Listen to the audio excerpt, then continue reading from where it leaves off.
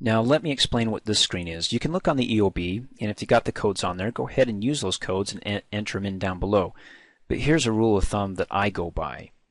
Up at the top we've got the charge allowed amount, and then we also have the payment. And what we're looking at to define which codes we're going to be using, like I said, if not on the EOB, is that if there's a difference between the charge and the allowed amount, then we need to use a C code, either a CO code or a CR code, just one of the C codes, because if we don't, we click OK, Advanced MD is going to warn us, basically trying to help us clean up. You could still click OK. It's not going to prevent the claim from going out by any means, but again, it's trying to make sure that they go out as clean as possible.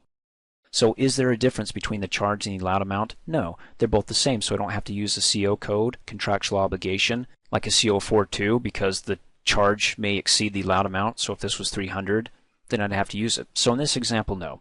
Next, is there a difference between the allowed amount and the payment amount? Yeah, there is a difference of about, it looks like $15. So that's going to be the patient responsibility here, because the insurance carrier is paying $258, but the allowed amount is $273. In other words, the doctor can charge the full allowed amount because of the contract they have with Blue Cross Blue Shield, even though Blue Cross Blue Shield's only paying $258, but they can charge whatever's left between what they don't pay to the patient, but they can't charge over according to their contractual obligation. And this may seem a little bit funny, but this is how I remember which code to use. You see how it says charge and it begins with the letter C? If there's a difference between the allowed and the C, I use the C code, or the charge. And also with the P.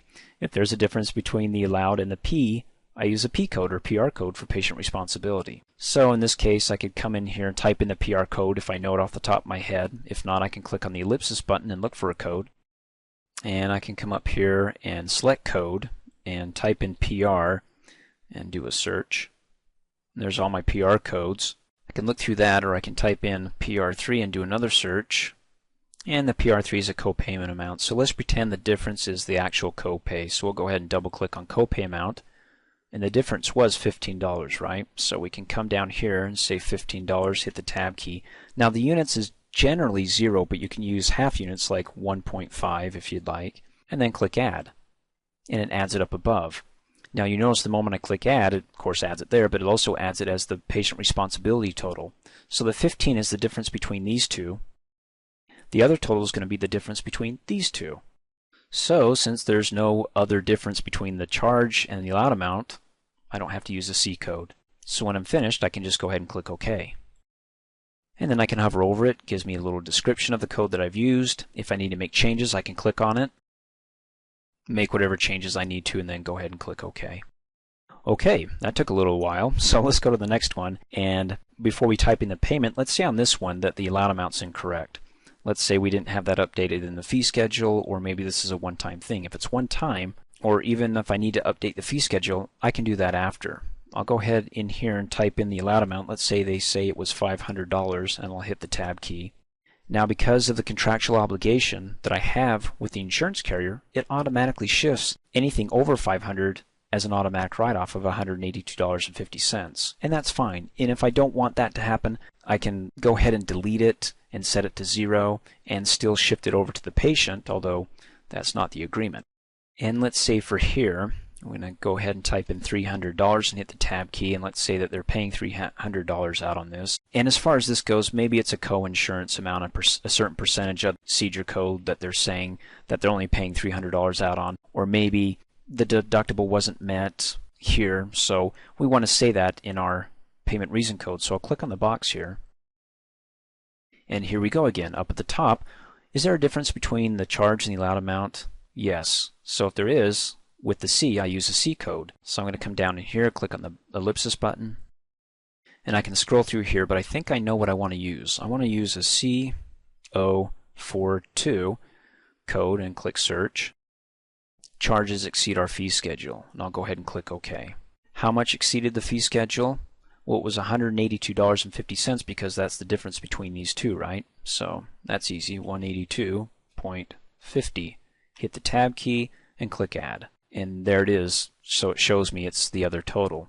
Now, if it didn't exactly match the difference between these two after I added the C code, then you'll have to add another C code until the total amount of the C code or the other totals equals the exact difference between the charge and the allowed amount. Now, having said that, these will of course go out on those secondary E-claims. As far as the payment reason codes, and we can see there's a difference between the payment and the allowed of $200. We need to put up a code explaining why the difference is between those two, and we can look off the EOB and then select the corresponding code in here, of course. So I'll click on the ellipsis button again, and I'm looking for my PR codes.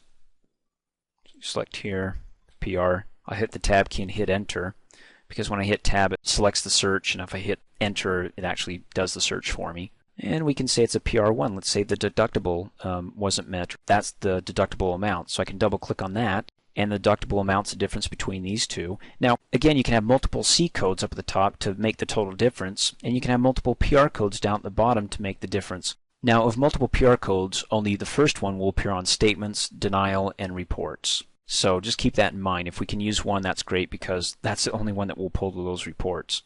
So what is the total difference between the allowed and the payments? $200. Go ahead and click Add. Everything looks good.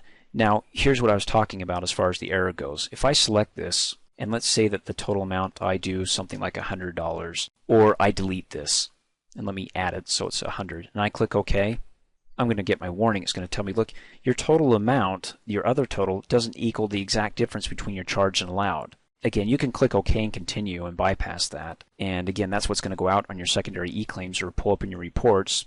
So I'm going to go back to it, and I'm going to make that change here so it's correct, and add it and click OK.